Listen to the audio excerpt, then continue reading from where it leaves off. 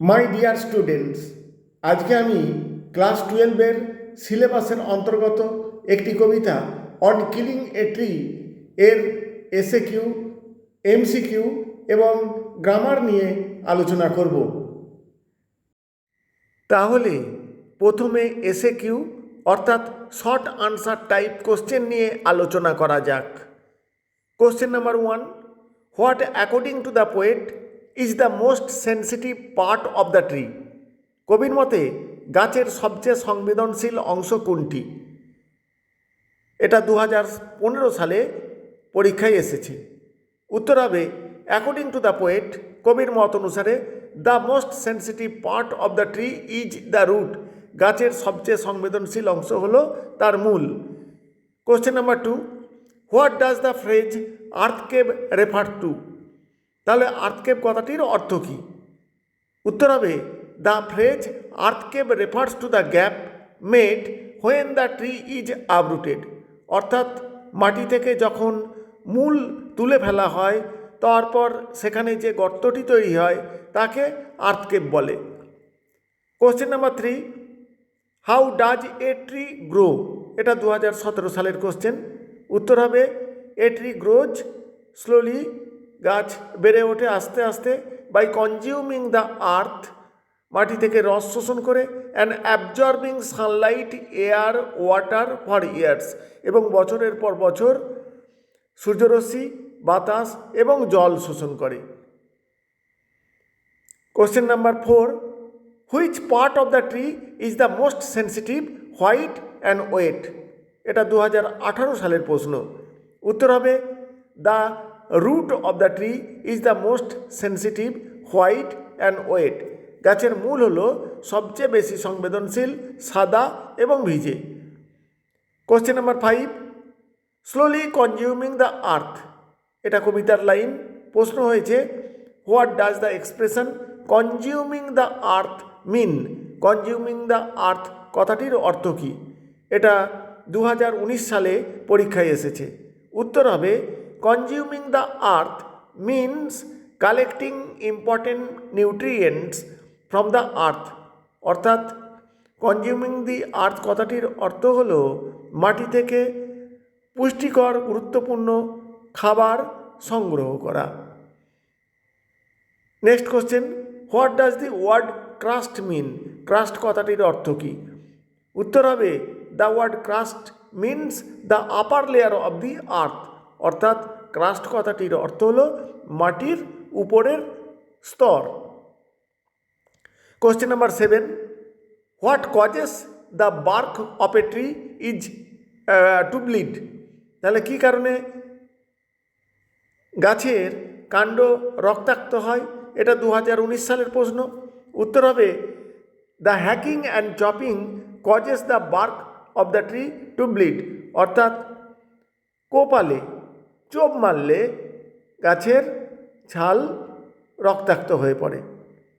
Next question, what will rise from close to the ground?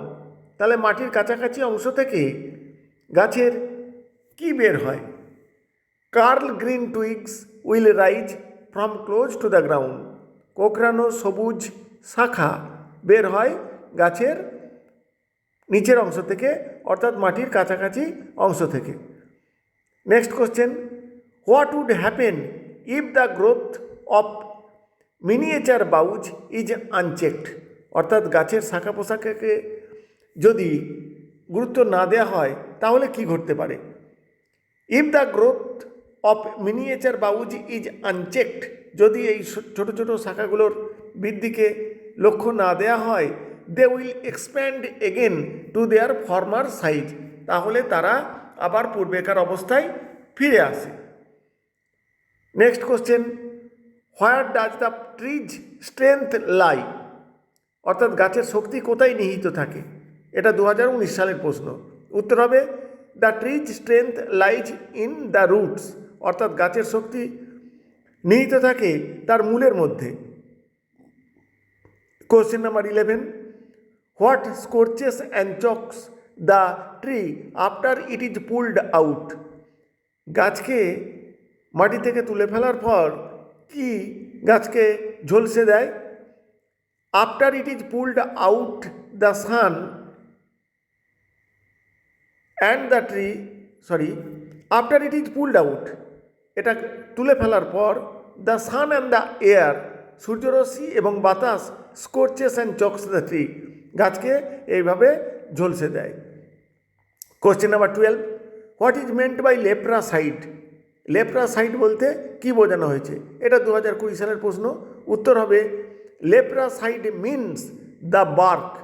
লেপ্রাসাইড কথাটির অর্থ হলো ছাল, হুইচ ইজ রাফ, যেটা খুব খসখসে, অ্যান্ড মার্কস, এবং তাতে চিহ্ন রয়েছে, like the skin of a leprosy patient, কুষ্ঠরোগীর ত্বকের মতো, চামড়ার মতো। Question number 13, in what form of verse is the poem on killing a tree? অর্থাৎ অন কিলিং এ ট্রি কবিতাটি কি জাতীয় কবিতা? এটা 2020 সালের প্রশ্ন। উত্তর হবে the poem on killing a tree is written in free verse, অর্থাৎ অন কিলিং এ ট্রি কবিতাটি ফ্রি ভার্সে লেখা। এবারে আসছি এমসিকিউয়ে, অর্থাৎ মাল্টিপল চয়েস কোশ্চেনে। তার প্রথম প্রশ্ন, on killing a tree is written by, on killing a tree কবিতাটি লিখেছেন কে? না অপশন নাম্বার এ অর্থাৎ রিম্ব, B William Shakespeare, C John Keats, আর ডি গিভ ব্যাটেল। তাহলে উত্তর হবে Gieve Patel. Question number 2, in miniature boughs the word boughs means? Miniature বাউজতে কথাটিতে যে বাউজ কথাটি রয়েছে, এই বাউজ কথাটির অর্থ কী? Option number A shoots, B roots, C frost, D rain. উত্তর হবে shoots. Question number 3, the bark of the tree is described as leprous hide because it is, option number A soft and smooth, B wounded by the knife, C rough and has marks, D glossy and shining. এটা 2016 সালের প্রশ্ন। উত্তর হবে rough and has marks, খসখসে এবং তাতে চিহ্ন আছে, দাগ আছে। Question number 4, the root needs to be pulled out of the, option number A firm soil, B anchoring earth, C underground, D firm earth. উত্তর হবে anchoring earth. Question number 5, the curl green twig rise from, যে কোঁকড়ানো সবুজ শাখাগুলি বেরিয়ে আসে কোথা থেকে?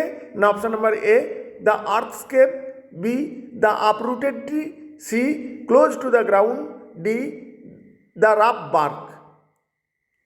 এটা 2018 সালের প্রশ্ন। উত্তর হবে close to the ground. Question number 6, green twigs that rise from close to the ground আর, যে সবুজ শাখাগুলো বের হয় সেগুলি কী রকম? Option number A straight, B curled, C crooked, D crinkled. উত্তর হবে curled. Question number 7, the poet seems to suggest that in order to kill a tree, কবি বলতে চেয়েছেন যে গাছকে হত্যা করতে হলে কি করতে হবে? Option number A plucking out all the leaves will do the job, B some pain will do the job, C cutting the branches will do the job, আর D destruction of the roots will do the job. এটা 2020 সালের প্রশ্ন। উত্তর হবে destruction of the roots will do the job. এবারে আসছি textual grammar. যদিও কবিতা থেকে গ্রামার কম পড়ে, তবুও আসতে পারে। ইম্পর্টেন্ট যে সমস্ত গ্রামার এই কবিতা থেকে হতে পারে সেগুলি দেয়া হচ্ছে। Question number 1, it takes much time to kill a tree, change the voice. উত্তর হবে much time is taken to kill a tree by it. Question number 2, the root is to be pulled out, change the voice, অর্থাৎ এটাও voice change করতে বলা হয়েছে। উত্তর হবে someone is to pull out the root. Question number 3, it takes much time to kill a tree, turn into negative sentence. অর্থাৎ অ্যাফার্মেটিভে আছে, নেগেটিভে কনভার্ট করতে হবে। উত্তর হবে it does not take less time to kill a tree. Question number 4, not a simple jab of the knife will do it, turn into affirmative sentence. এটা নেগেটিভে আছে, অ্যাফার্মেটিভ করতে হবে। উত্তর হবে a simple jab of the knife will be unable to do it. Question number 5, the bleeding bark will heal, turn into complex sentence. এটা simple সেন্টেন্সে আছে, কমপ্লেক্স সেন্টেন্সে কনভার্ট করতে হবে। অর্থাৎ একটি প্রিন্সিপাল ক্লজ আর একটি অন্তত সাবঅর্ডিনেট ক্লজ চাই। উত্তর হবে the bark which is bleeding will heal. তাহলে হুইচ ইজ ব্লিডিং এটা subordinate clause, the bark will heal principal clause. একটি প্রিন্সিপাল ক্লজ এবং একটি সাবঅর্ডিনেট ক্লজ আছে এখানে, অতএব এটি একটি কমপ্লেক্স সেন্টেন্সের উদাহরণ। Question number 6, this is the most sensitive part, turn into comparative degree. এটা সুপারলেটিভ ডিগ্রিতে আছে, কম্পারেটিভ ডিগ্রিতে কনভার্ট করতে বলা হচ্ছে। উত্তর হবে this part is more sensitive than any other part. Question number 7, it takes much time, full stop, someone wants to kill the tree, join the sentences. উত্তর হবে it takes much time if someone wants to kill the tree. Question number 8, it has grown slowly consuming the earth, split the sentence. উত্তর হবে it consumes the earth, full stop, it has grown slowly, full stop. তাহলে এই ভিডিওটিতে on killing এ ট্রির উপর যে SAQ, MCQ এবং grammar প্রশ্ন হতে পারে সেগুলি নিয়ে আলোচনা করা হলো।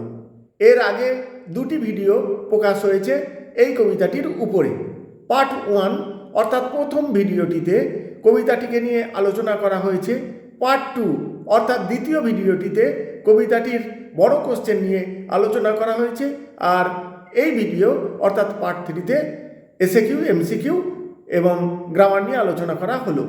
এই প্রশ্নগুলি করলে আশা করা যায় পরীক্ষায় কমন পাওয়া যাবে। তবুও বলি যে টেক্সট বইটা একবার ভালো করে পড়ে নেবে। Thank you all.